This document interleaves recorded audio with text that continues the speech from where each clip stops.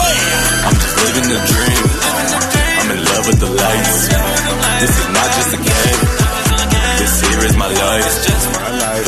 Cameras on me, yeah, yeah. Put the cameras on me, yeah, yeah. Put the cameras on me, yeah, yeah. Put the cameras on me, yeah, yeah. I'm coming clusters. Hello, everybody. Live from Koreatown in a depressed Los Angeles, humid, moist space. It is the Ozone. I'm your host, Omar Miller, the host with the most. And I'm here with my brother, the Icons. How you feeling, Icons? It is a nice, cool, brisk night here. I feel great, even though my Rams have taken defeat. The nice, warm 76-degree temperature, Batman. So, well, by now you all know what happened. It was, in fact, not Ram time. We thought it was going to be Ram time. Both of us felt really good, and both of us were totally and completely wrong. And I don't know. I just want to cover it soup to nuts, as they say in the entertainment business. Soup to nuts. I want to cover it top to bottom.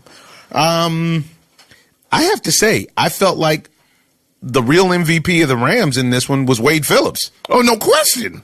Wade Phillips will get your defense together. His father was a defensive genius. Guru. Yes, he shut down Joe Montana in his heyday. Which is came out with the 46, and they never minded. What was that, dude? Dude, that's the 46. Dude, don't mess around with Phillips, bro. He'll pull out the 46 on you. Yeah, he brought out the 46. Yeah, and it changed the game. And I tell you, this go-around, Wade Phillips, we just watched something that's just totally and completely unheard of. Wade Phillips. In football, in general. Especially now. Yeah. I want to put out something else. Pretty well officiated game.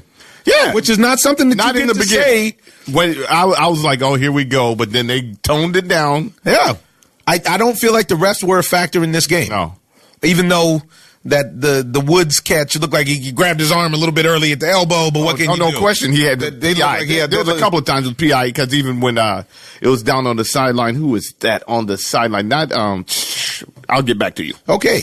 So but by and large, there was not one specifically egregious play where you're like, hey, here we go. The refs are now involved in the game. The refs has injected themselves in a way. Now, well, they did it early and it was recoverable because the Rams got a turnover. But when the Patriots it was like a 45-yard turnaround because it would have been third and long, like 3rd and 20, but they ended up getting a first off of a personal foul, unnecessary or defensive receiver on tackling the running back in the backfield. I didn't understand that, but it wasn't something that was detrimental to the game. Right. Yeah. Well, either way it goes, I don't think that it was that. I don't feel like it was that big of a deal. To me, the MVP was for the Patriots was Sean McVay. He's the MVP. Unbelievable. And he's on the radio right now telling everybody how he tricked. I heard him on my drive over here to the studio. But I'm sick and tired of hearing it. Saying how he knows that when he watches, he's going to want some plays back.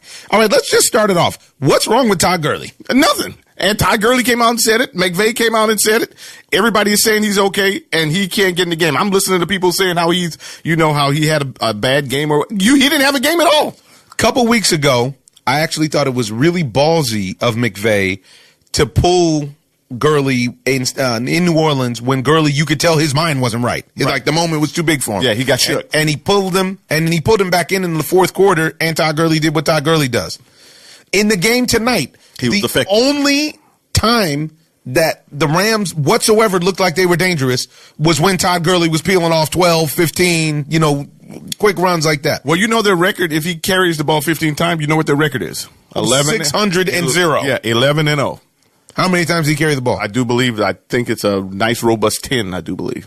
Just under the number. Yes! I don't get it. I don't understand. You're talking about a guy who is arguably, the best running back in football. I don't even know how arguable it is, but no, he's the most dynamic player in football and definitely on the offensive side of the ball. He can do everything, and he's a game changer. And the thing is, won't let him change the game. It didn't pop at first. That doesn't mean it's not going to pop. Everybody, including Bill Belichick, knows that you're going to run with them. So that's why you continue to pound. But where do you figure that it didn't pop? I'm just saying early. They tried with him early. I mean, super early. He had one carry. They took him out. That's one too many. And then you say, oh, yeah, man, he wasn't effective. No, he's not effective if you're sitting on the bench. I wasn't effective. I was at the house eating some habanero wings that burned up my stomach. I got it. But you had a game, though. I had a game. You had a game. You executed your game plan. And I'd listen to Todd Gurley talk about it afterwards, and he's not upset. And if I was him, I wouldn't be upset either because he can't do anything. He said when his number is called, he's ready. That's all you can do. I'm prepared. Now, C.J. Anderson actually tapped his helmet to say he needed a breather, and Todd Gurley had that look like you look when you're a good athlete that's riding the bench and was like, oh, me? Todd Gurley looked like he wasn't really crazy to get in the game at the moment. Right. I'm going to spell C.J. Anderson, and I was the MVP for most of the year. Come on, man. I mean, this is McVay. He's got to wear that. And I don't even know if I can be down with the Rams organization if you're going to play the game like this. Every year. Now, this is 2 years in a row. You did it last year against the Falcons. Let's not even go every year. Let's go the games, the big games, all the big games. Every game that you look at that they lost. The Bears. What did he touch the ball? 12 times? He didn't touch it much. Something like that. When Todd Gurley. When they lost to the Saints the first time, the same thing. If I had a knock on Todd Gurley, and there's not really much you can say bad about the guy because he's a stud. If I had a knock on Todd Gurley, it would just be that he's a rhythm back, meaning he's got to be worked into the game. He's not going to, but most backs are like this. But it's not like he's just going to pop in and go nuts. You know I don't agree. I think he can go nuts. He can go freaking nuts if you let him. No, but that's what I'm saying. But you need to get him in, you need to feed him. Well, and then when you hear people being down on Jared Goff right now, I'm not mad at Jared Goff either because the moment looked too bright for Jared Goff. It didn't look too bright for me because Todd Gurley sets the pace for the whole team. I agree with that. He compliments, so you can take the pressure off of Jared Goff if you run the ball. But they didn't even run the ball that much with C.J. Anderson. So, I mean, no, you can't. It's like they just abandoned the run for some reason. Yeah, and he's talking about it. McVay is talking about it, but it's too late now. You lost. And I don't want to hear about next year and all that kind of stuff. I'm talking about the nows. It's unbelievable. It's an unbelievable situation. You look at it, and every year we're talking about next year. This was a real torch passing moment. This is what it should have been. And the real pressure is on Adam Levine. Adam Levine, for some reason, is like is an old dude with way too many tattoos. What are you doing, Adam? Old dude in the biker club. He's gotta be your man. He ripped his shirt off like he was going to have a political statement on his chest, and it was like a butterfly in California. What's going on here? Man, I wasn't supporting. That was my little boycott. That was your protest? You didn't miss much because I'm going to tell you what. Halftime. All-time great Atlanta rapper Big Boy of Outkast fame and then his own Daddy Fat Sax fame was he did one verse. That was his performance. One verse, him and Sleepy Brown from I Like the Way You Move. And it was almost like a token nod. Then they had Travis Scott. I don't know, man. I don't. That was that was the perfect Super Bowl halftime show to go with that Super Bowl. Because that Super Bowl was anticlimactic. This is the least amped up I've been about a Super Bowl game ever. I can't remember caring less after I watched the Super Bowl. Well, and because honestly, I know that the Patriots are going to run off into the sunset with the Great Patriot Parade and all that kind of stuff, but Tom Brady looked terrible. He looked hideous. He looked hideous. I mean, he was throwing wobblers out there. He was having a hard time reading the defense. That's why they had to stick to the. Well, and what they did is that, and this is also a testament to Belichick, because what they did is they punished him, and they said he hadn't been sacked the entire playoffs. Well, guess what? He ended up on his butt a bunch of times against Sue and Aaron Donald, and they put pressure on him. They sacked him immediately. Tom Brady is not above getting the happy feet. Right. And if you put pressure on him early, he will get the happy feet and he'll throw the ball up. And that's what he did. He gave you the old soft shoe. But here's the thing, and this is the greatness of the Pats. I had a caller tell me offline that the Pats are both lucky and good because they heard the rant that I had about the Pats being lucky. And it's true, they are. They're both lucky and good. Oh, we got our special guest in the house. Oh, there he is. There he is. Jazz musician. Get out. And my man is in the house. Eric Harland, ladies and gentlemen. What's up? Hey, Hey, get them headphones on, boy. You know how them headphones work. Man, look, let me get in here, man. Get in here. You might want to take your coat off. It gets hot at night. Okay. But we're here. Jazz man extraordinaire, a drummer, a personal friend of the OZone, is in town. What's up? Just to sizzle up just to sizzle up Los Angeles with some smooth tunes. Smooth. I went and seen him last night, and if you missed him, you had 2 nights to check him out, folks. Y'all played around. This is Eric Harland. How you feeling? Man, I'm feeling good, man. You need to talk about me though. We need to talk about this game. That's what we need deep into. Man, pull the mic closer, brother. You're so smooth. The Jazz so smooth. You can't even hear. Welcome to the Ozone. Yeah, so what we're talking about is the Patriots being... I went on a rant a couple weeks ago. Okay. About the Patriots being the luckiest sports franchise in the history of sports. And if you go time after time after time about how they get all the calls, right, or if not all the calls, somebody does something that's absolutely and completely ridiculous that benefits them, like the guy playing 94 snaps and deciding to line up in the neutral zone on the play that Tom Brady should have thrown the 3rd and final interception of the game against the Kansas City Chiefs, which negated that. By the way, that same individual decided to be lined up in the neutral zone in the Pro Bowl the next week. He has a problem with lining up in the neutral zone. So that's where he lives. He lives in the neutral zone. I'm in the neutral zone. He lives in Switzerland. It's neutral. Well, he got real estate there. Yeah, man. And so we were talking about that, and then offline, a caller told me, you know what? You're right. They are lucky, but they're also good. And you can't hold that out. And it's the truth. They are lucky and they're good. Tonight, I feel like this is the least impressive Tom Brady performance I've ever seen. Yeah, and they called him out on it. Finally, yeah. The announcers this was to me, honestly, I think this was maybe a worse performance than Peyton Manning had in that game that they won. Ooh. Yeah, that's pretty bad. The only thing that he did was that he hit Gronkowski with that big pass. That's huge pass. That was beautiful the only teardrop. thing that he had done. Beautiful teardrop. That made me think that he had played a little bit better game than Peyton Manning. Peyton Manning. Because I don't think Peyton Manning went more than 20 yards. Yeah, I don't think he went more than 10, 15 yards. Yeah. But my problem, like with the Rams, they were down. It was 3rd and 20-something, and they're running the ball. And now you want to run the ball. 3rd and 23, and now you want to run Gurley. So what you missed is we're talking about how you have the most dynamic player in football and the best running back in football, and you don't give him the pill. Hey, but didn't that happen with Seattle? Well, no. They ran one play, but they ran Marshawn the whole night. And they didn't run him on the line. They ran a wheel play actually to set up that, if you remember, up the sideline. Uh-huh. But if you look at how many touches that Marshawn got, we're talking about Todd Gurley. This is 2 years in a row now with the Rams, where the Rams will be eliminated in a game where Todd Gurley gets the ball less than 15 times. It's not acceptable. No, not at all. Unless there's something wrong with him, which he's come out and said that there's nothing wrong with him. And the coach. And everybody else, they said there hasn't been anything wrong with Todd Gurley since the Philadelphia game where they took him for an MRI and he came back clean. And there's been nothing wrong with him except for them not using him. That's what's wrong. Hey man, maybe freshman legs, man. Freshman legs 4 years in on your senior year. Freshman legs in your senior year. I don't know about that. Man, I wanted them to win so bad, man. Of course, the whole nation. I hate to say this.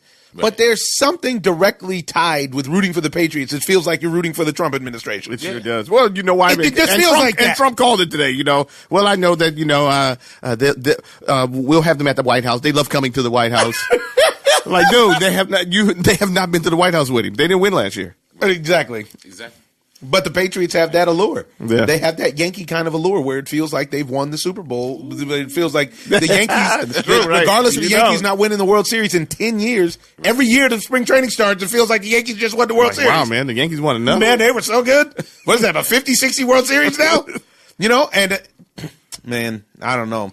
I got Boston Mike that just decided to text me, and Boston Mike told me somehow or another the city of Boston was able to weather a 97-day drought of championships, and it was difficult. But the whole 97 days, are you crazy? They hold it down. Only thing that we can say about them is they got bum weather.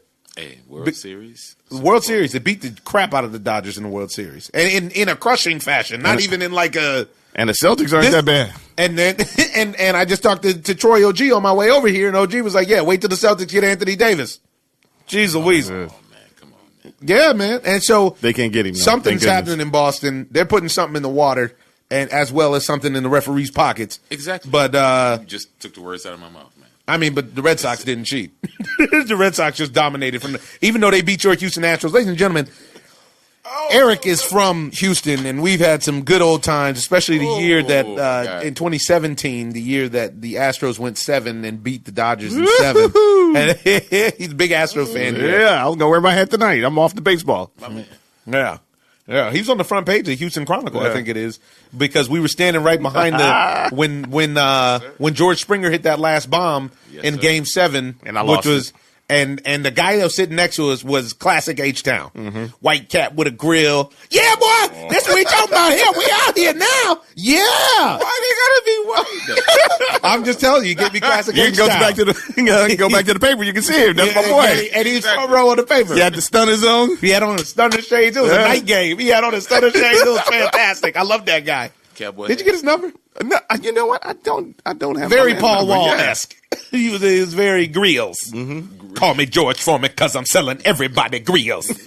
but yeah, so Oh, we in here now. this is get in there. man, brother. And so okay, I got a question for the panel. Since we're all here and we're all live, before we talk about what you're working on and you know why you're in town. No, don't worry about that. And man, what a radio voice! You hear this guy? Hey, man. Crazy, and he's not even on the mic when he's playing. You should see him play. Wait, telling you. look out. Telling you. Okay. So does this game do anything for Tom Brady's legacy? Yeah, show me that he's finished, really. If you can put some pressure on him. Other than, that's a big if. Nobody's been able to do it since like week 12, 13. Well, they put pressure on him tonight, and he did not. You know what? This was a game where I honestly feel like McVay lost them the game. Which is he not never- something I expected to say. Right, because I know that the Patriots defense played well, and I don't want to take anything away from that, but they didn't play well enough to stop an offense like the Rams have if they played their game. The Patriots didn't do anything really to say, you know what, definitively, we'll stop this person or stop that. What happened was that Todd Gurley didn't get the ball, C.J. Anderson didn't get the ball, and They decided to put the whole game plan on Jared Goff for some reason. And then they're one-dimensional because now you're saying that you're going to put a kid back there to pass every down, and then you expect him to beat him. And you're not going to be able to beat anybody like that in the NFL. But you got to give it up to maturity, though. I mean, Tom Brady he's a GOAT for the reason that he is, and we all hate it. We are like, oh. I'm not mad at Tom. Touchdown Tom, he's such a winner. I'm not mad at him. Mad at him. I just really don't appreciate teams. It's the Mike Tyson effect. It's the Michael Jordan effect. Yeah, I would say Michael Jordan more because Mike Tyson just, what I mean? Like Mike Tyson had like a certain season, and he just knocked.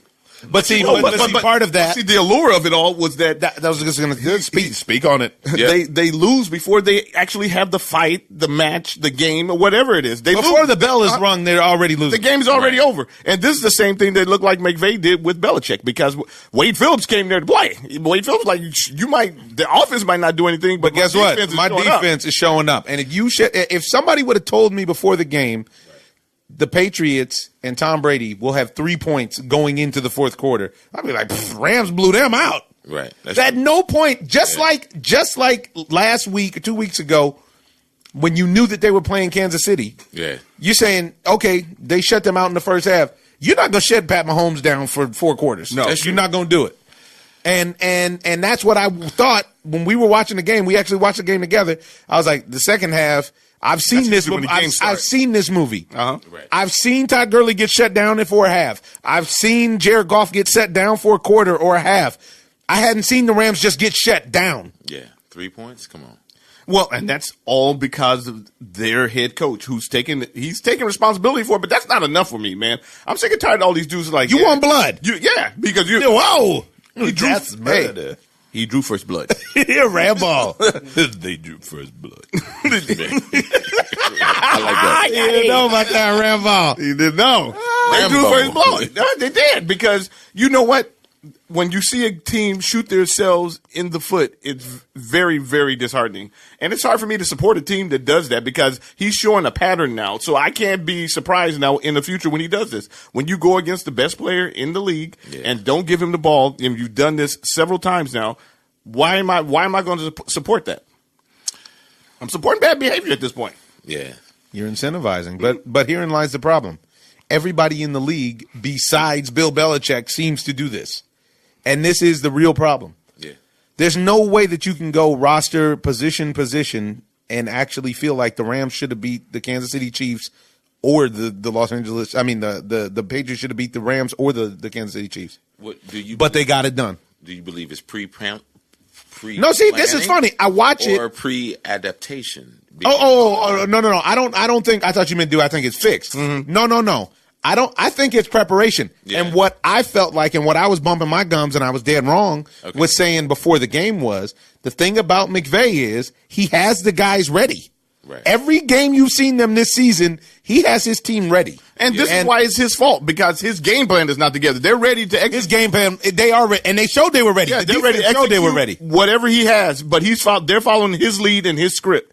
And his script, and that's why it works. It's because that's why it works. It's because the team buys into his. Well, yeah, I mean, the Patriots hasn't had like a very like prominent defense in a decade, right? Well, and not only that, so to be able to hold the Rams to 3 points, all of a sudden it's like, is that going to be something that's just going to be? Look at this a poster child or something like you're going to be like, oh. I mean, you can argue it's the best defensive performance in the history of the Super Bowl. Almost, right? Who gave up less than 3? The Rams. The Bears wide, were. I'm talking about play wide because No. The game is so watered down now. It can't even compare back in the Of course, but what I'm saying is if you just look at the points, it's pretty it's pretty undeniable. Let's see what our caller. We have a longtime Patriots fan who can't wait to jump on. Do it for the tipper, post Super Bowl edition. How you feeling about Ram time or the Patriots celebration all over the place? I'm feeling good about the LA Raiders. Rams. That's supposed to be a joke about the Raiders, brother? You think that's funny? Yeah, it is funny, brother, because all the Raider fans became Ram fans real quick. Yeah, I can't front on that. But the Raiders, but for good reason. The Raiders, the Raiders don't even belong to the conversation anymore. And this coming from a lifelong. Raiders? Oh, they're the London team. Oh, okay. They're the new London team. Anyways, what were you going to say? Well, how do you feel about this game? You tell me this. How does this game influence how you feel about Tom Brady as a quarterback?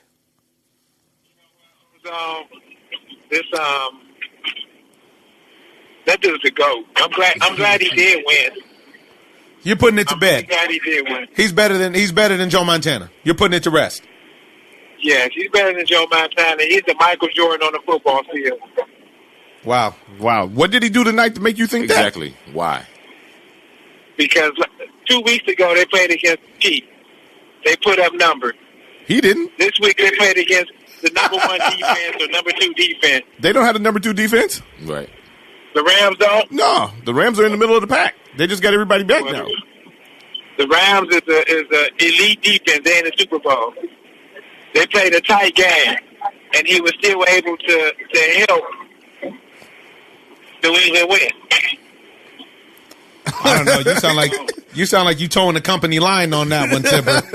I don't know. We got you bagging right now. I didn't see Tommy Terrific. And I like Tommy Terrific. I was about to say, but I didn't see him do actually anything. love Tom Brady's work. Yeah. I love because I like people who are clutch. Yeah. So I just like seeing people clutch up.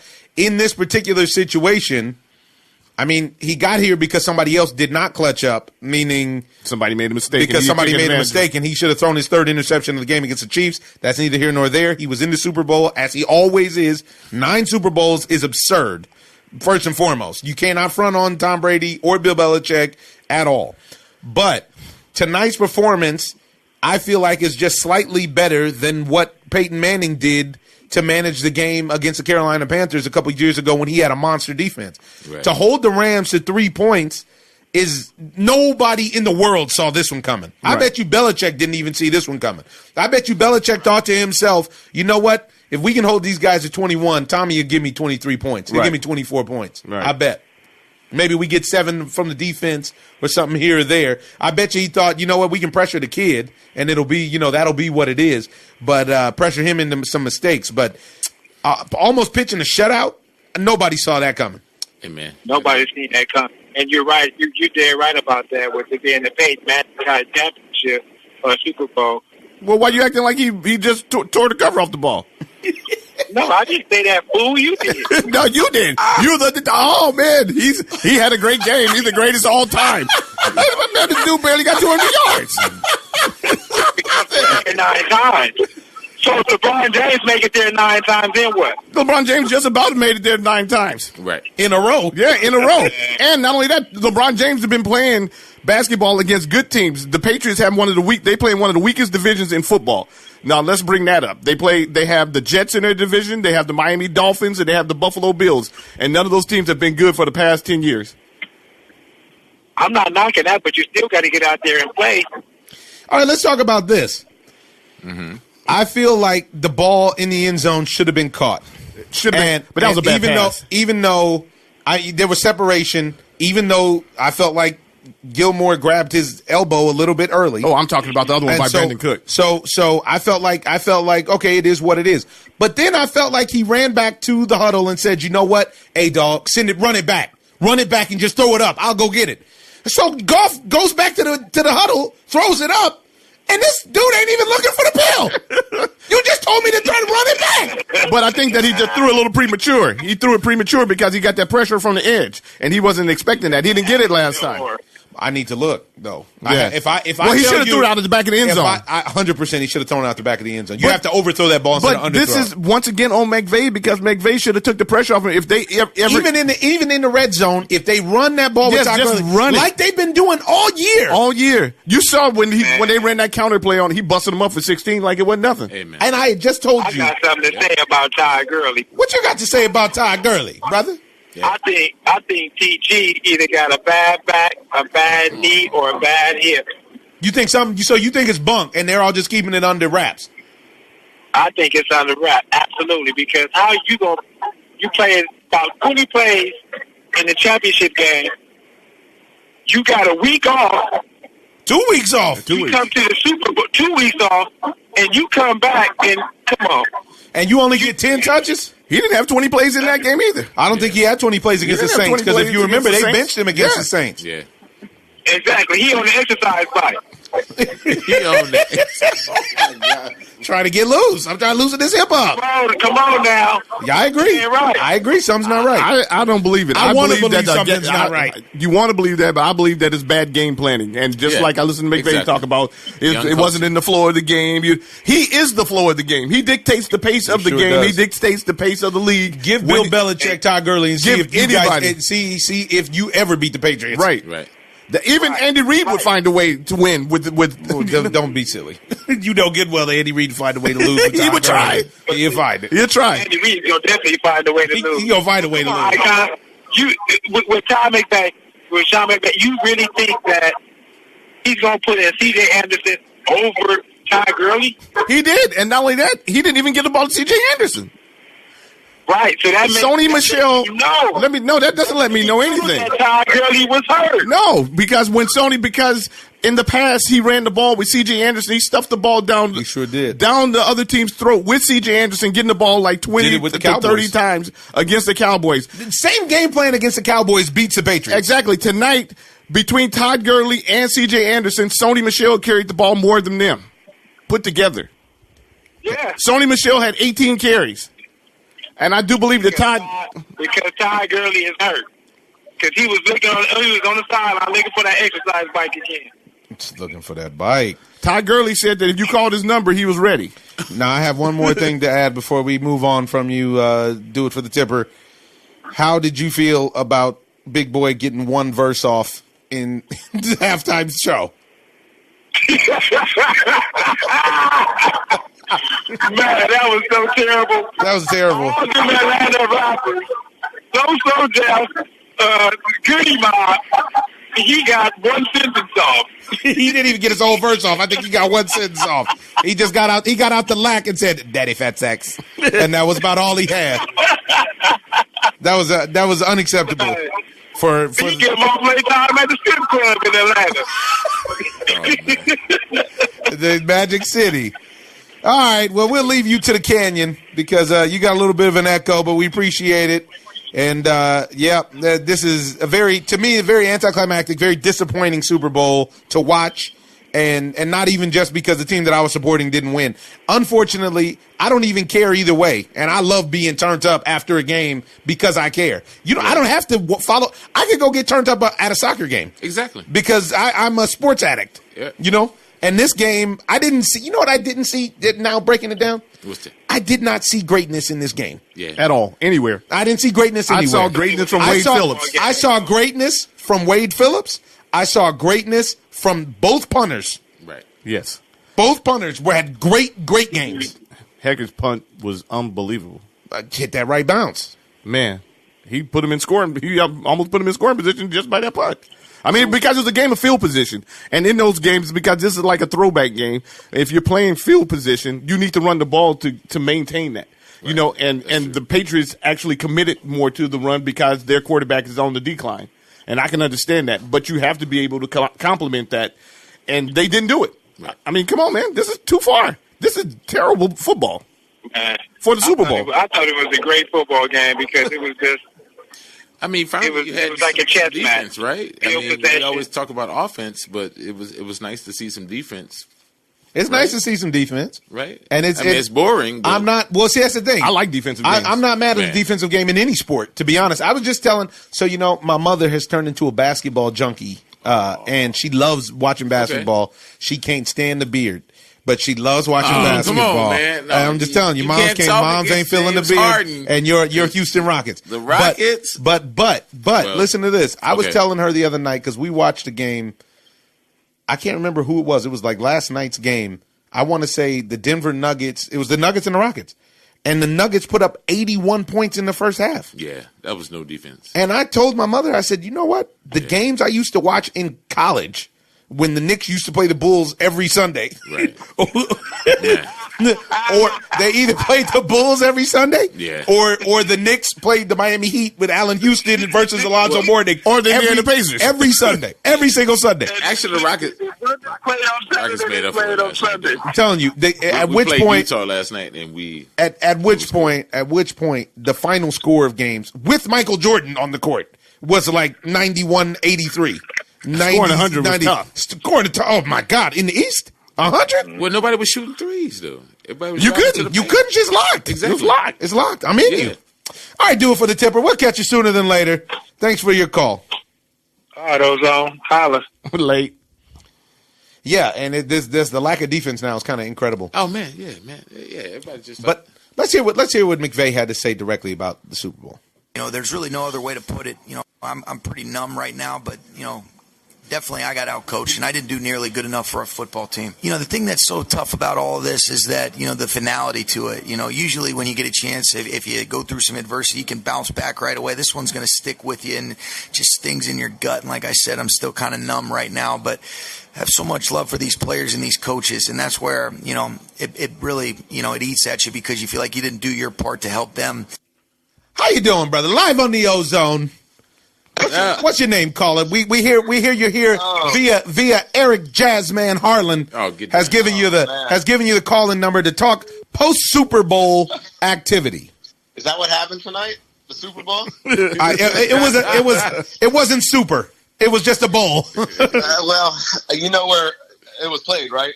ATL. I don't know if you've ever been down there, but you know what? I didn't mind the game. I'm going to be honest with you. But do you mind the Mets lineup this year? But we'll get back to that later. We'll get back to that later. I had the over-under on 30 seconds before you'd ask me about that. Hold on. How many second basemen does your team have? Let me ask you that. It's almost as many outfilders. Isn't that the key to winning baseball games?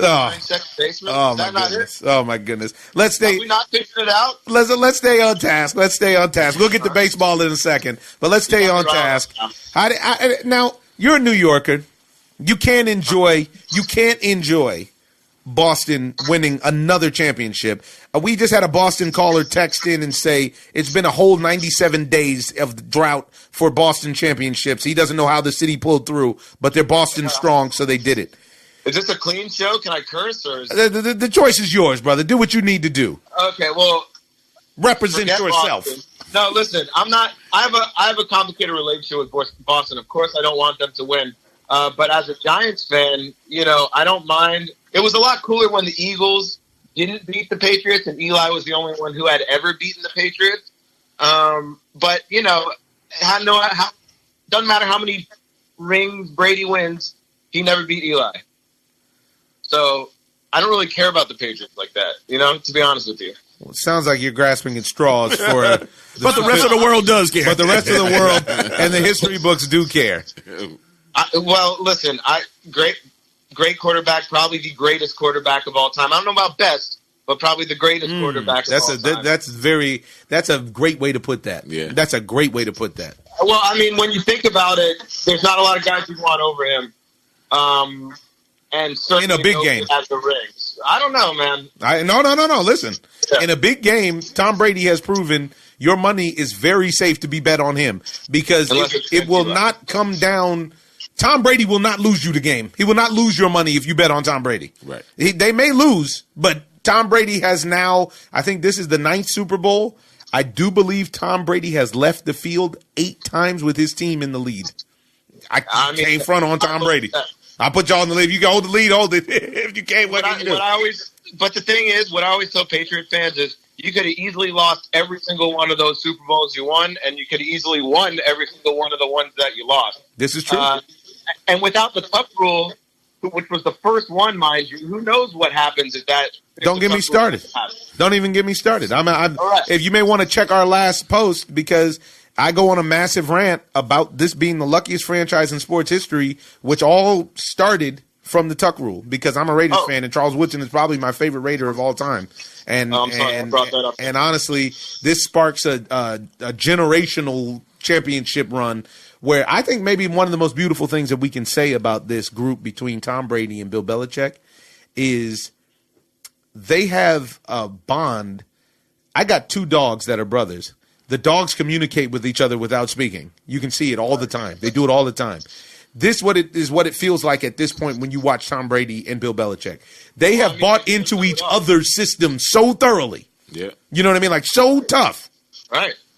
Man. Well, that's also, that goes to a larger debate of like, did Brady make Belichick or did Belichick make Brady or without either one of them? I mean, is Brady even close to the career that he has if he's under somebody else? No, definitely no, he's not. He's a system quarterback, and that's like well documented. But he's clutch. But he's got heart. He's not a great athlete. You know what I'm saying? But he's got crazy heart. But he's crazy heart and crazy IQ. And I don't think that he definitely Belichick. He needs Belichick more than Belichick needs him.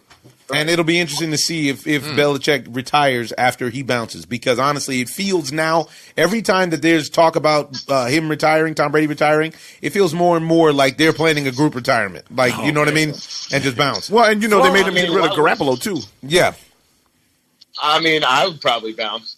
I'd probably, if Brady... He goes away now as the greatest coach of all time, even though there's still some debate about Brady being the greatest quarterback of all time, even though most people now with this win will not feel like there's a debate because he holds 6 rings. Yeah. I think West Coasters, including Tom Brady, feel like Joe Montana's the greatest quarterback of all time. Yeah. Well, Omar, let me ask you this.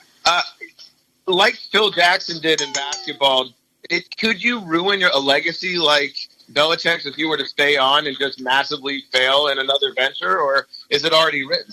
It's already written. No, I think it's written. I think how many rings does Belichick have? Does he have 8 rings? He had one with the Giants, 2 with the Giants. Right? That's what I mean. I think he has 8 or 9 rings. Because you know what? Most people look at him as an offensive genius, but he's actually a defensive guru. Him and Bill Parcells, he took Bill Parcells to the next level. Yeah. As far as he didn't take Bill Parcells, but what the Bill Parcells philosophy is, He studied it, he mastered it, and he put his own twist on it with experience. And now you just watch the guy completely shut down an offense that realistically should be unstoppable. Right. They have enough weapons that if one thing isn't working, something else should be working. You can shift gears. Yeah. Listen, I totally agree with you, but that also goes to what I was trying to say earlier is I really didn't mind watching this game. Like, I know Belichick was going to try and scheme the most brilliant defensive scheme of his career. You had the young guy McVay trying to scheme how to stop Brady. Like, I didn't mind the defensive struggle. Got to be honest with you.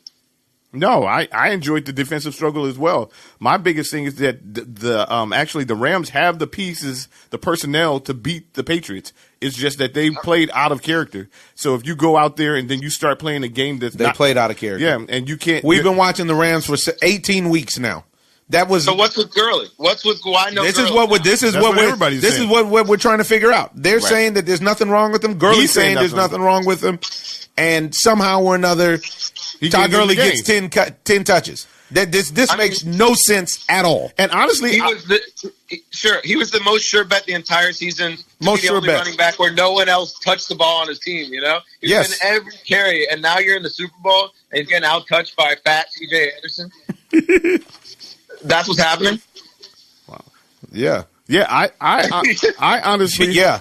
Your phone's about to die. I honestly feel like, even when you're talking about him being injured, which everybody keeps acting like he didn't play. He played in the game and he was successful when he played. And if he was hurt, then he shouldn't have been in the game at all. So obviously, even when they brought him in the second half and he ran and peeled off a lot of yards, there's nothing wrong with Ty Gurley. I believe that there's nothing wrong with him. I just felt like I think it was McVay getting cute. completely. Which is the same thing that Andy Reid did a couple weeks ago Yeah, and decided he was going to outsmart Bill Belichick by giving him the ball to start the game when he's got the highest powered offense and no defense. All right.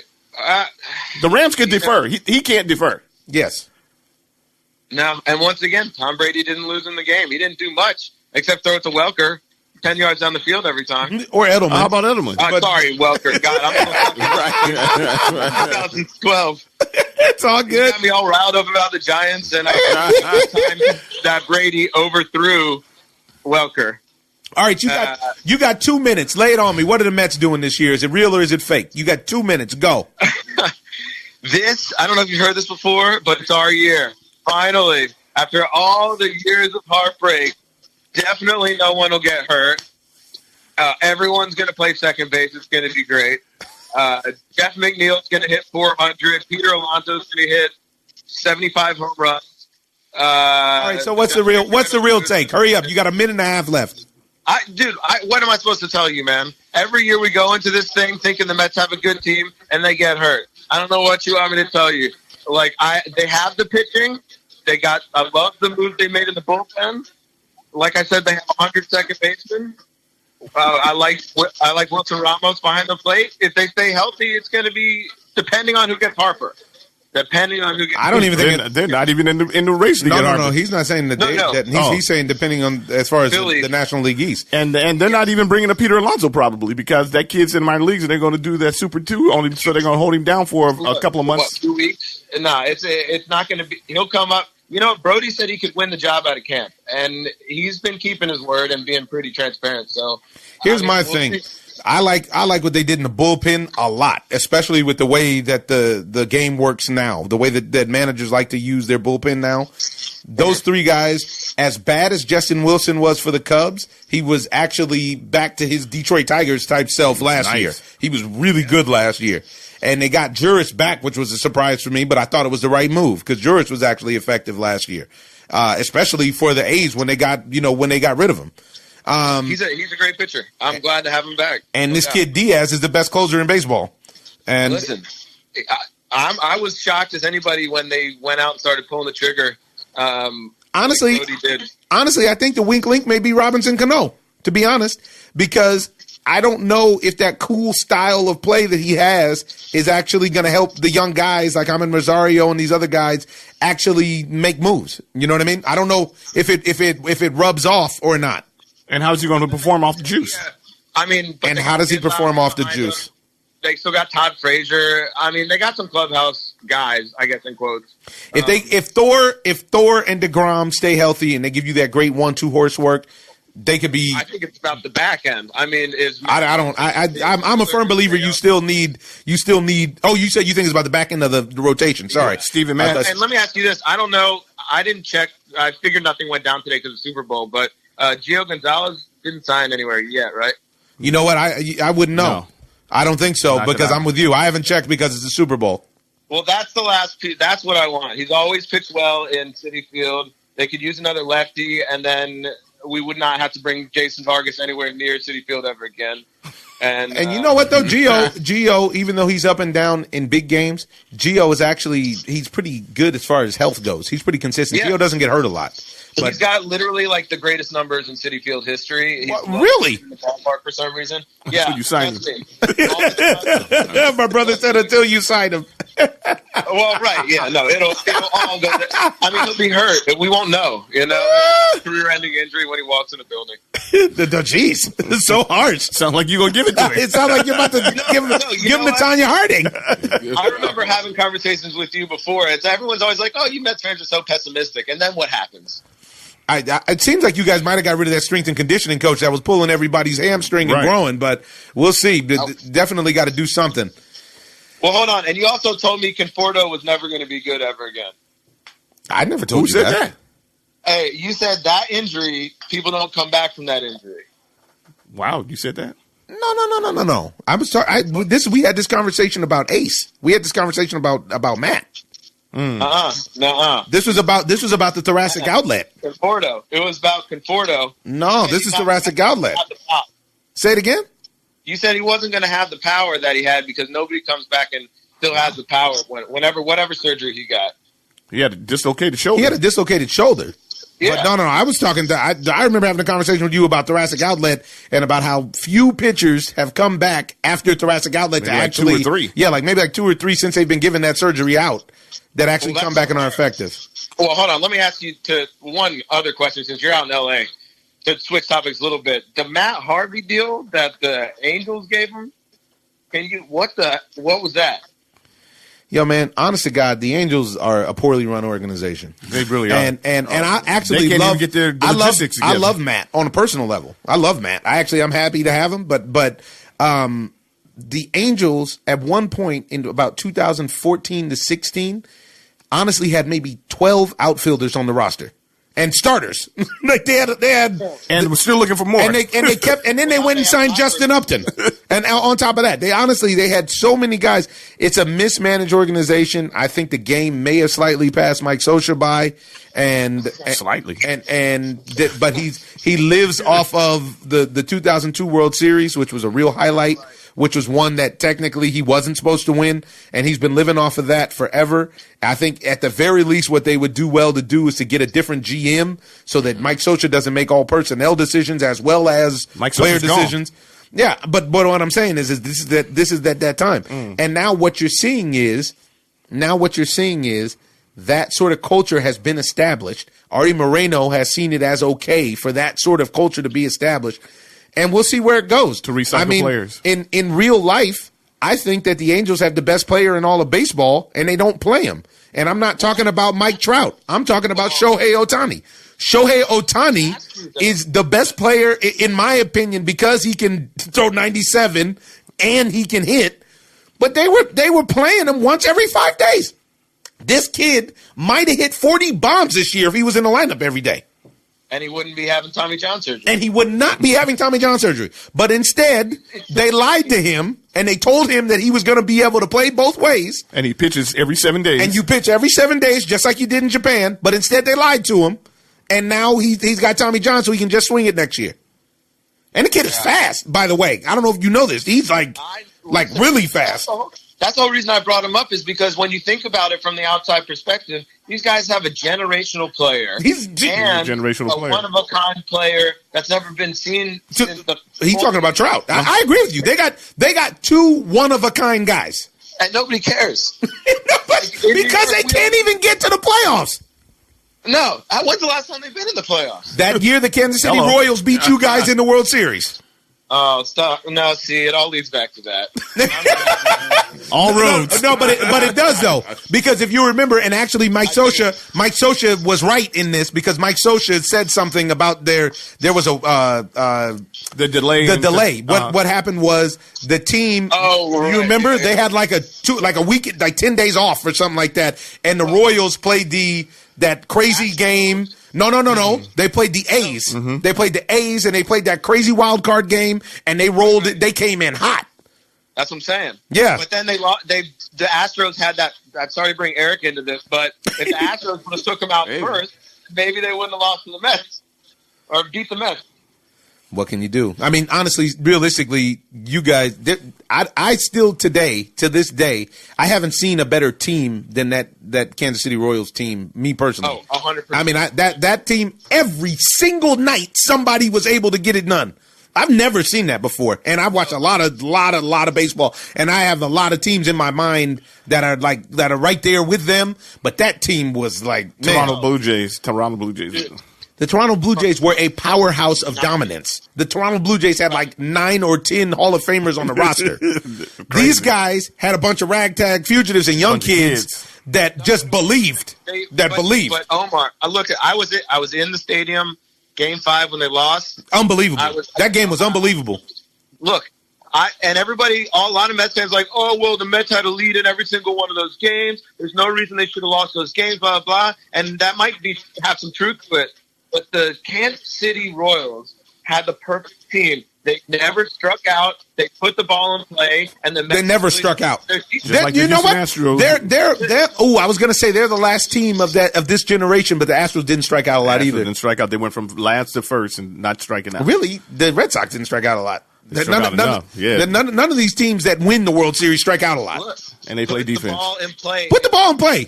Beautiful things happen when you put the ball in play. Don't be like the Dodgers. And it's all about swinging for the fences and either hitting a home run or striking out. It's disgusting. We could do a whole podcast on that. It's disgusting. Shooting Kids threes these and days. trying to hit home runs. That's it. Welcome to the party. That's it. Welcome to the millennials. And welcome to Tom Brady picking up his 6th ring. I'll pass. Oh, man. All right. You got anything else to add? Man, no, I can go back to watching my Bob Ross now. My story. Are you at the studio? Plug your studio real quick. Talk about the studio. We got jazz great Eric Harland here and his business partner on the line. Tell the people about the studio. Oh, GSI, amazing studio in NYC on 29th Street between 6th and 7th Avenue. What is the service that you guys offer there for entertainers, for fellow musicians, for people like us who are on the road when we need to do a podcast? Oh, man, we offer everything. You can come through. You can do your podcast there, man. You can go there and just, bless the space, And, you're close to Penn Station, close to Madison Square Garden. Very convenient. Very convenient. And a very warm studio. Sure is. And for the sports junkie in all of us, they have the game on. Exactly. So you can record, lay down, whatever you need to lay down. Exactly. And then you can make sure that you don't miss the game. Exactly.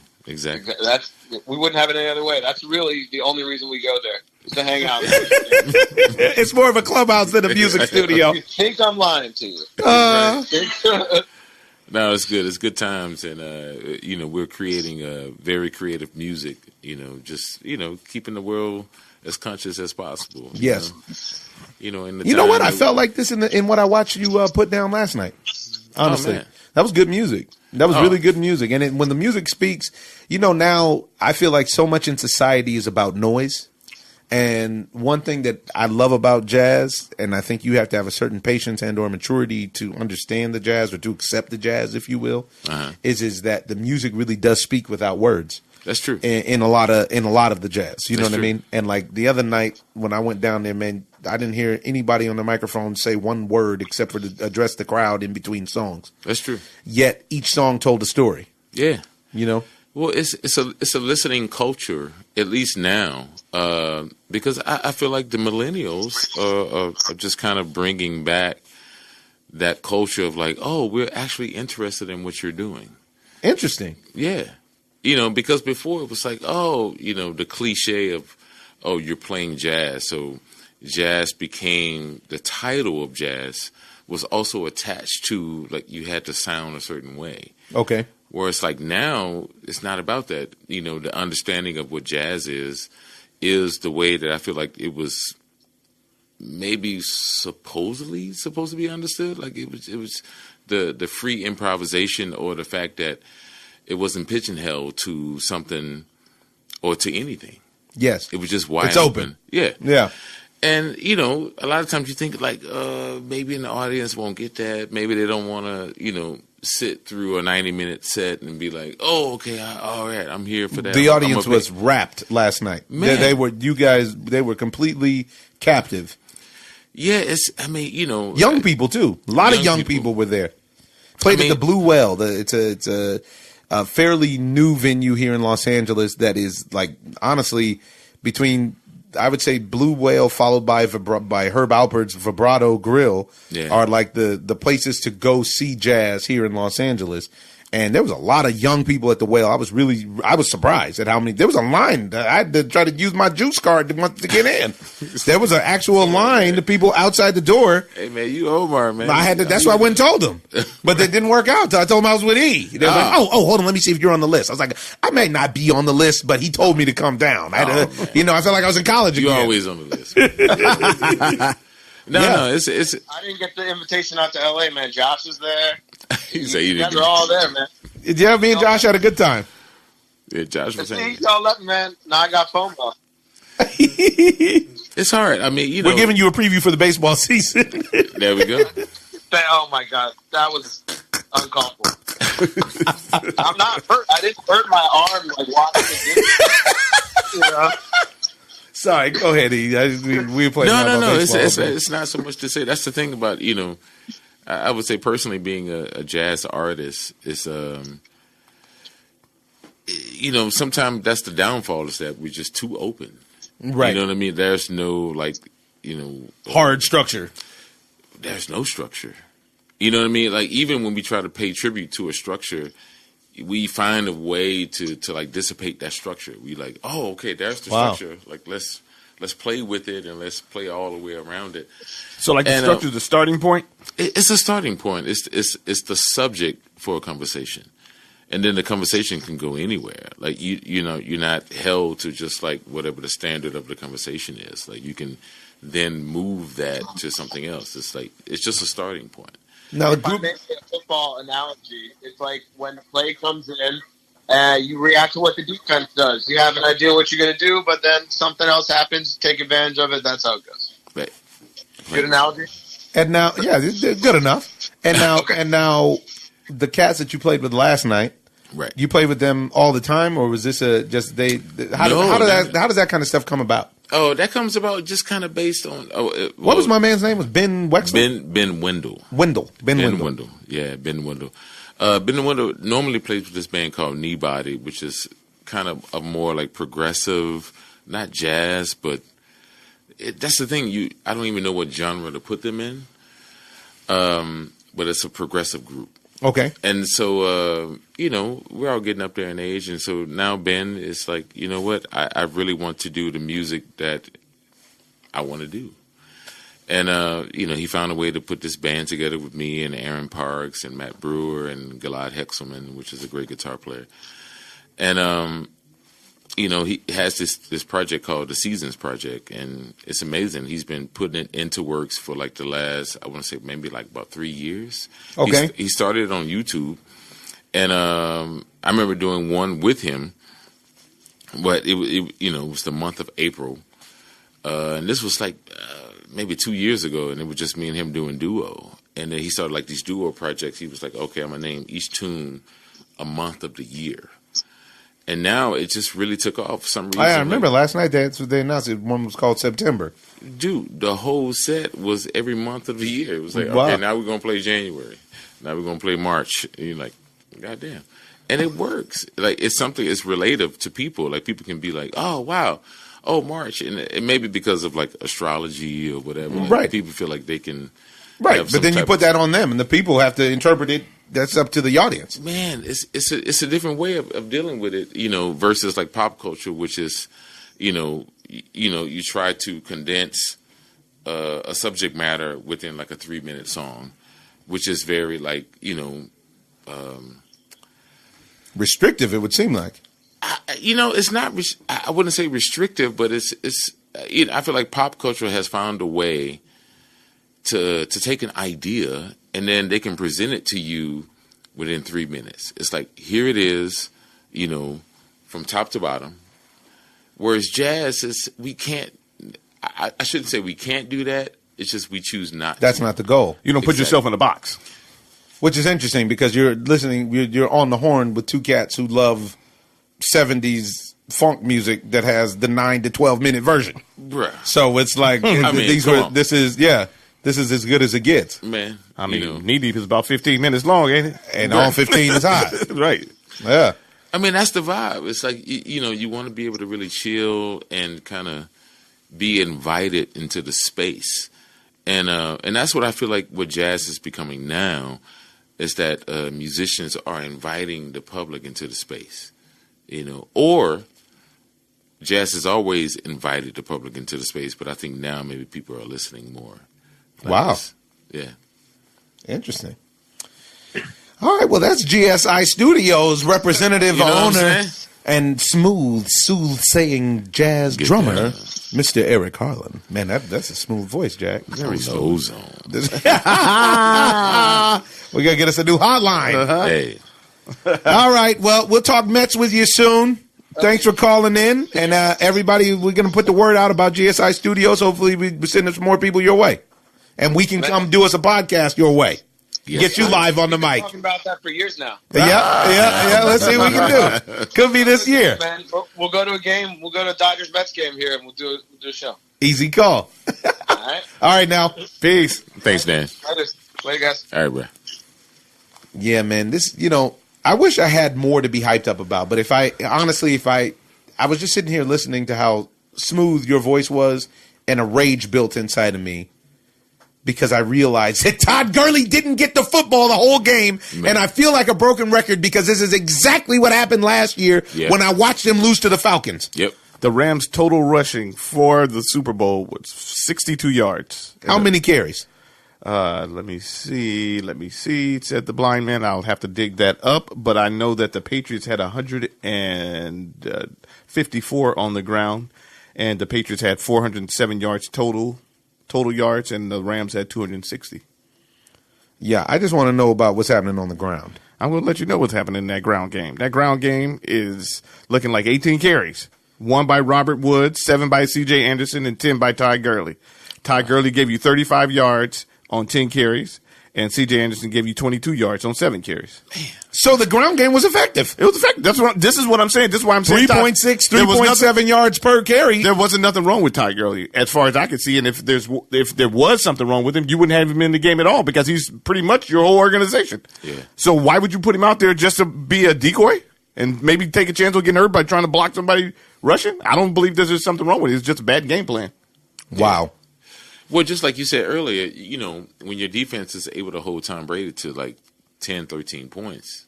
This is supposed to be a blowout. Exactly. That's supposed to be a dub at the least. But really, it should be, as per how the Rams play, that should have been a blowout. He didn't even throw a touchdown. Right. Didn't even get him a tug. Although Next Victim was talking about he had a great game. I don't know what that was all about. But it goes back to it. There's the allure. Yeah. People have the allure, and Tommy Terrific, we can't even call him Touchdown Tommy on this one. Tommy Terrific has the allure of, tearing it up. Of tearing it. Woo! Dude, you're tearing it up. Ray John, bro. Right on. 6 rings, dude. So basically, a coach can out-coach themselves. This is what we just saw. Yeah. We just saw a coach out-coach himself. Yes, and McVay actually did the exact opposite of what you were talking about with your music. Right. He sure did. Right. He didn't allow the rest of the band to participate. He didn't allow the listeners. It was all in his head. He did not invite anybody in. No invitation. He kept them out. None. He shut it down. No guest list. Tom Brady had 262 yards and 1 interception. What? Oh, man, come on. What was your favorite commercial? Honestly, my favorite commercial was probably that NFL 100 commercial. That was mine. It was I love that. Awesome, man. Had everybody there. I mean, everybody was in that commercial. Barry gave you the spin move. Just nice juke, step back juke. Yeah. Hey, man, look. Had Jim Brown. Zonka. Brown? Yeah. Franco Harris made the catch. The immaculate. Terry Bradshaw. That was great how he took off his rings. He said, "Hey, hold these for me." Had young Saquon Barkley in there. Yeah. Man. Now, this is going to sound totally ignorant. Who was the woman at the end? I have no idea. I'm sorry. Now, was she known, or was that just like to throw in something for the Ernie? Obviously, doesn't know. It's cool, Ernie. No pressure. Yeah. All right, yeah, I just thought I liked it though. Yeah, I just thought I didn't know. I thought maybe she was somebody famous from like a gymnast or something because she was very small. Yeah, there's somebody I didn't know. But the commercial was dope. Yeah, I'm gonna stay out of that one. Yeah. Commercial was dope. I was liked the it a hottest lot. commercial. I thought that I'd like to watch it again, as a matter of fact. And I also like the dude. Maybe I'll take me a Stella Artrot. The dude was out there. Had your girl SJP was on the scene. Mm-hmm. Great, some great work. Some solid. Those people. Man, that The was commercial was better than the game. Yeah, unfortunately, the biscuit costs more than the bird. Can you believe that? It's all about the defense, baby. It's all about. I love the defensive struggle, just like I love a pitching duel. Right. But this wasn't even. I didn't even consider this a defensive struggle as the way that you usually see a defensive struggle, because you see a team not playing up to their potential, not because the team is stopping them, but because they're choosing to hold back. Pretty much. I'm not saying that they threw the game or anything like that. It's just that. It was an oversight. Yeah, it was an oversight, and an McVay unacceptable said- oversight. Yeah, he said that he got out coached. He said he admitted it. He wore it. Yeah. He wore it. Now moving on to boxing really quickly. We had a fight last week that we didn't get to talk about, which we need to put some time in about. And it was a PBC championship fight with Keith Thurman, former champion, former WBC belt holding champion, who, in my opinion, you said you don't feel this way, but in my opinion, has fought all comers since he's been at 147. I don't know. I would love for you to pull up who he didn't fight, I because would love for you to pull up who he did fight. Sean Porter, and he beat him. Okay, that's one fighter. Danny Garcia, and he beat him. Pull up Keith's record and show me who was in the division that he didn't fight. That's all I'm saying. And then he's been out of the ring for 2 years because of injury. And I don't think it was because of injury. He was injured, but then it wasn't all because of injury. He just decided to take him a little vacay. I don't know if that was the case or not, but it didn't work out well for him when he came back, because he came back against, what was not supposed to be a layup, but was clearly supposed to be a tune-up fight with Josecito Lopez, who's I won't say as far as to say he's a shot fighter, but he's definitely on the downside of his career. Got a lot of heart. And one thing that we watched that was beautiful in the pre-fight warm-up was his trainer, Robert Garcia, was working one punch. He was working one right cross in the pre-fight. And guess what? Come the 7th round, that right cross came to pass. And Keith had knocked Josecito down early, and it looked like he was in control. And suddenly, Keith couldn't see anything that was coming straight at him. He could not get out of the way. And his neck got snapped. I'm sure he was concussed. After the fight, he was slurring and stumbling. It was... And then he's talking about how he wants to fight Manny Pacquiao. And I'm here to tell you, that version of Keith Thurman does not beat Manny Pacquiao. Not the old Manny, not any Manny that we've seen. No, he looked terrible. He really looked bad, because then after that 7th round, from the 7th to the 12th, he pretty much was on his horse. He ran the rest of the fight. He didn't have any thump on his punches. They almost stopped the fight in the 7th round. They sure did. And this was good to see it. This was his championship savvy, because what happened in the 7th round, after that, he was almost done, and he threw just a couple punches to let the ref know, hey, I'm still conscious. Don't stop the fight. And yeah, man. And he probably won the 12th round. Now, I would say that's probably the thing that got it done. He won the fight. I'm not disputing the result. Because he knocked him down. And he dominated the first half of the fight. He knocked Josecito down, but he didn't look good. He didn't look like a champ. Especially against a guy who's not supposed to be on anywhere near his level. Yeah. And he looks like he needs a few tune-up fights before he fights. A few more. If you can get that back. Yeah. Because honestly, what I saw, and I'm a big fan of one time, what I saw was that loose chin. Yeah. You can't have a loose chin and loose body work, because he's never been a big fan of the body work.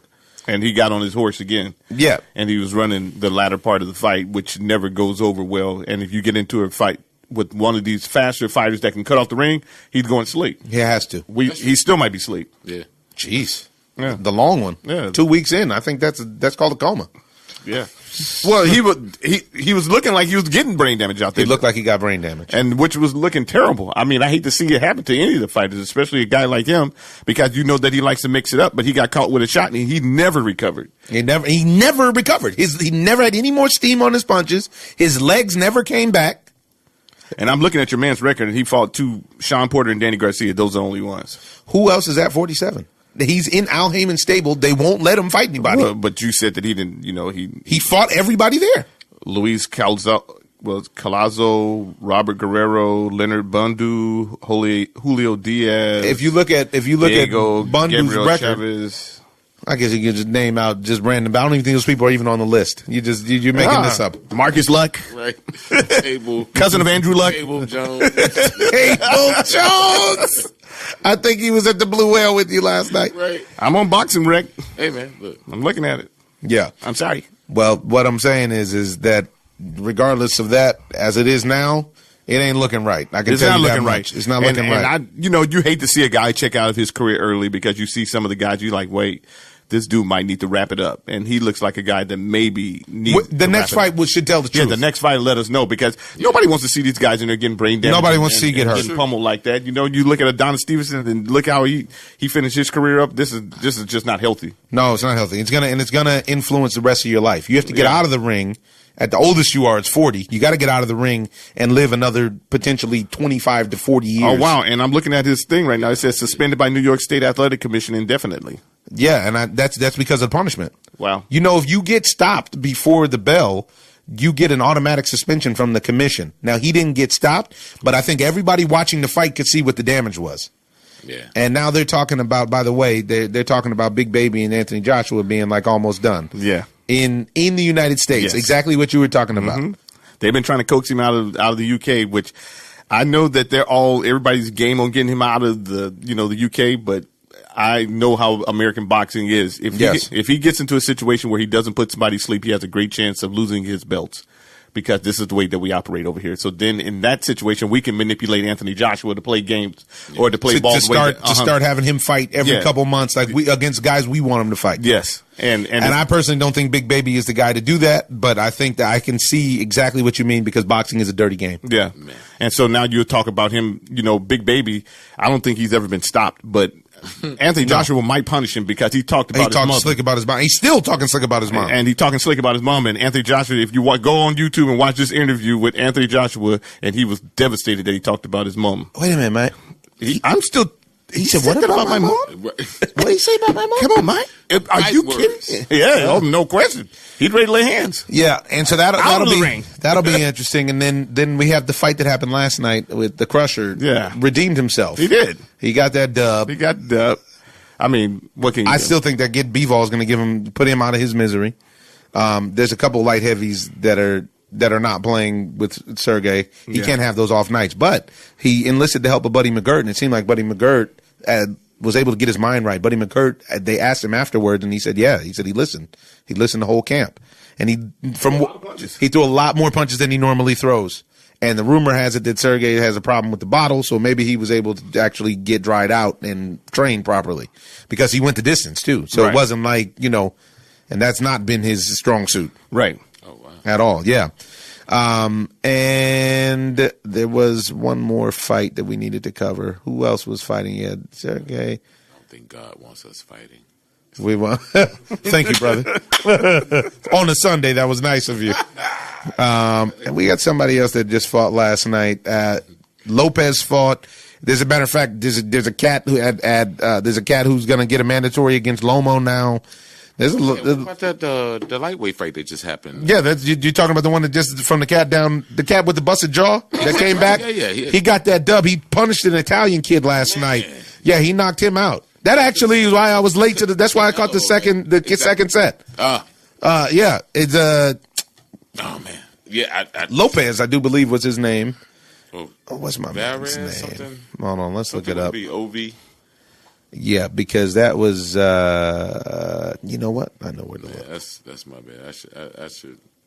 No. It's all good. We got so much stuff happening.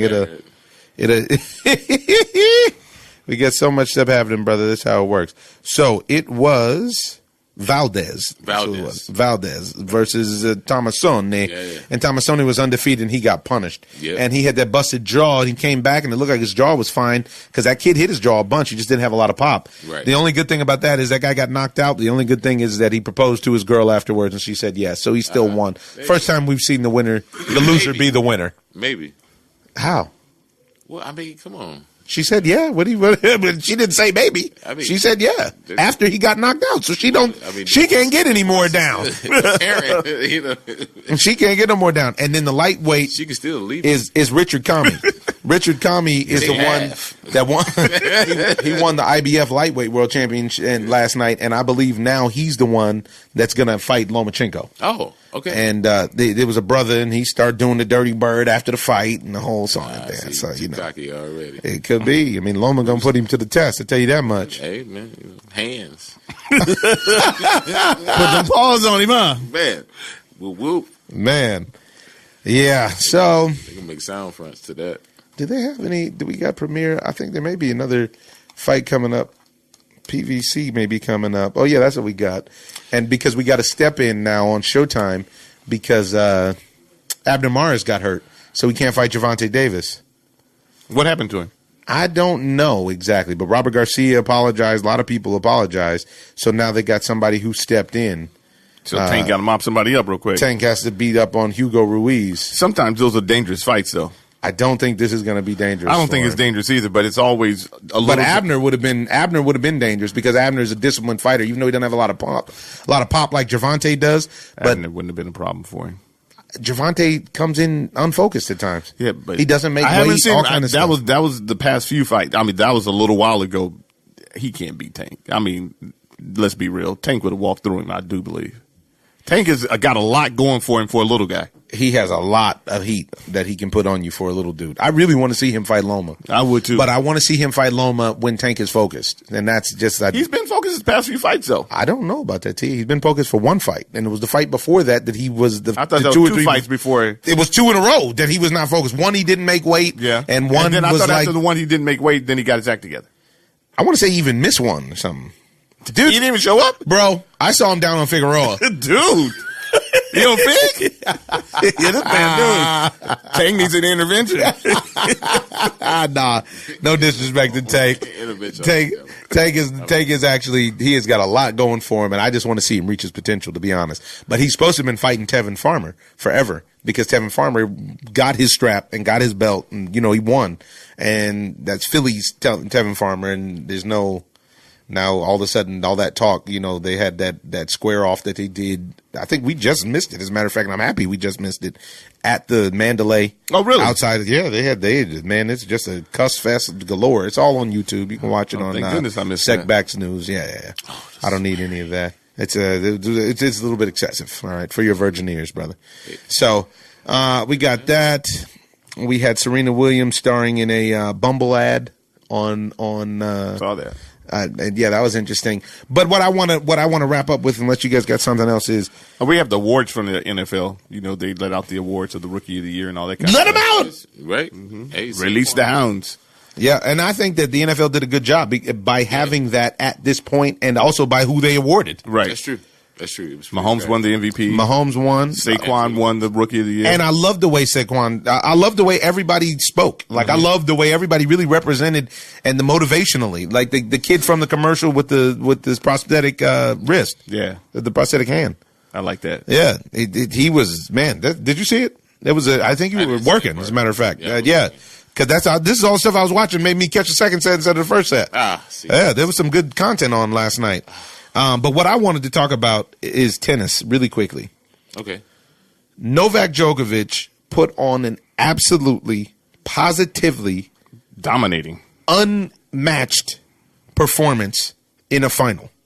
I have never seen one of the world's top three players play another world top three player and totally dominate. He straight said Rafael Nadal. Right. I can't explain to you how unreal that is. Rafa looked confused. And Rafa was like, me? Like, yeah, you. Yes, brother. I'm sorry. I got something for you. I got 6'2" for you. I got 6'2". I got 6'2". I mean, we ain't gonna bagel you because we just, we got too much respect for you. But gluten free. Novak is gluten free. Hey, man, he let him have it.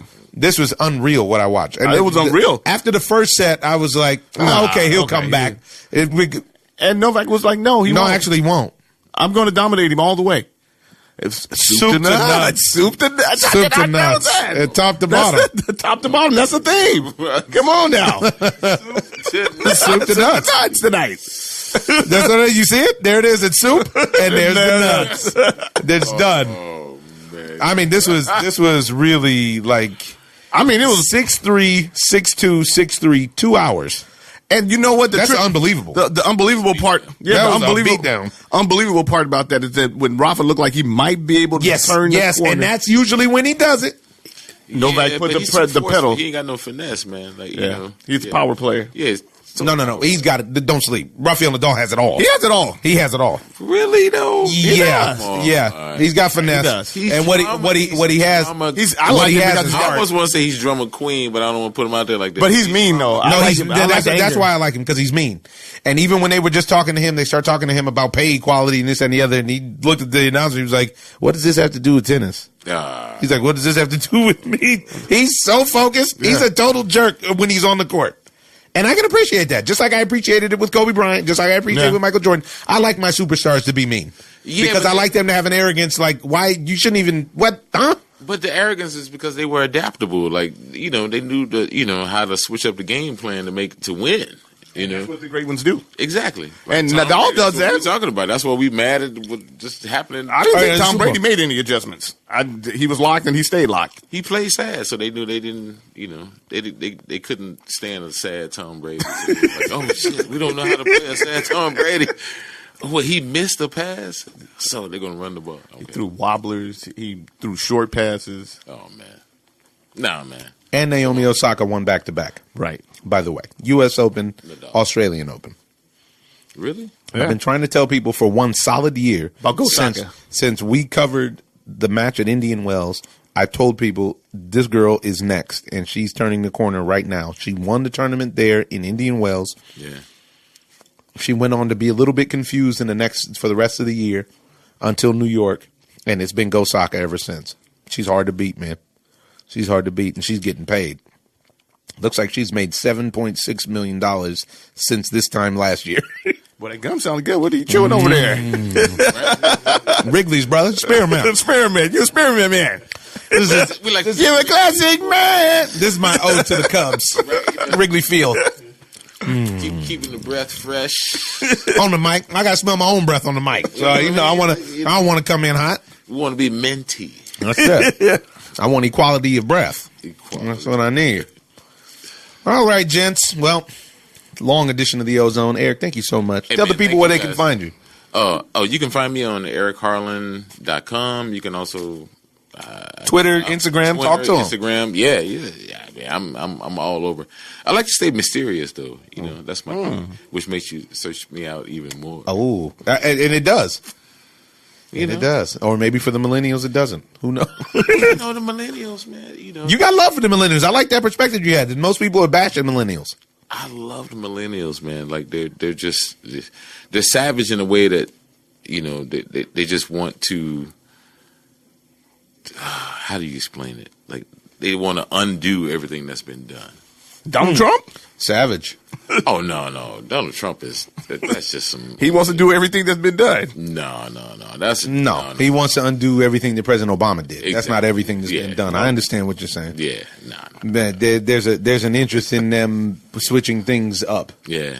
Yeah, I get what you're saying. Yeah, I like that. I respect that. I respect where they're going, and From living into tiny homes to I have no interest well, in that. yeah, tiny home because system. you know everything to the that's way been, that they transport to not owning anything and creating a sharing economy, all of that. exactly everything that's been sold to us has been sold to us, and I feel like, you know, they're coming up in the time where they understand that, and they're willing to take risk where we maybe were not willing to take those same risks, and so I appreciate it because it just shows a different perspective. And It sounds like you feel like they're same with the Jazz, like they're all out of the box. They smash the structure. Yeah, but completely out let me of ask the you box. this. Do you think that they have discipline? That's the problem I That's have with the thing. millennials. They have a lack of discipline. Is discipline something that's, you know, something that's needed to be had? You know what I mean? Like that's one thing. I feel like the American dream. Think about it like this: when the American dream was sold to you, right? It was like, okay, I got to have a home, I got to have a family, I got to have children, and you know, as it may be, all that's beautiful. But when you really think about it, you know, when you have a home and, you know, you have a wife and you have a family, you have children, what are you doing? Paying bills. Paying bills, brother. Yeah. You just paying bills. You caught up in that capitalism. You caught up in that capitalism. And so, exactly. So it's like, is that really the goal? Is that really, you know what I mean? Back in the day, but you know what? It's just transferred back from back in the day. Back in the day, everybody had big families, everybody had farms and stuff Which like is that. also Exactly. a different version, though. And I agree with what you're saying. That's a Right. different version of the dream, which is more apt. Right. Because you're talking about living with 20 or 30 people that everybody knows each other. Right. Exactly. You're talking about a microtized version that has been bubbled down and Yeah. boiled over. Because if you also apply that to, say, I can remember when we were shooting Miracle at St. Anna, and I just hooked up with the homie Ely the other day, and we were talking about how we had one day off a week, Right. and we would go to try to wash our drawers and do stuff, or maybe go to the restaurant we like, and the cat just wasn't there between 2 and 6. Right. And I remember going back and being like, "Yo, man, what you doing? You Right. Bambignone. I go home, I make love to my wife. It's, Right. I take a nap, but yeah." Exactly. It was like, well, I guess he's living a dream. What do I want from Well, the him? millennials can't do that. Their pants are too tight. They can't go home and do that. Well, no, they are doing it because, you know, they're not attached to like the same results that I feel like that we are attached. Ernie liked that one. Ernie appreciated good tight pants millennial joke. When we hear the podcast, it's gonna have some added sound effects. Right.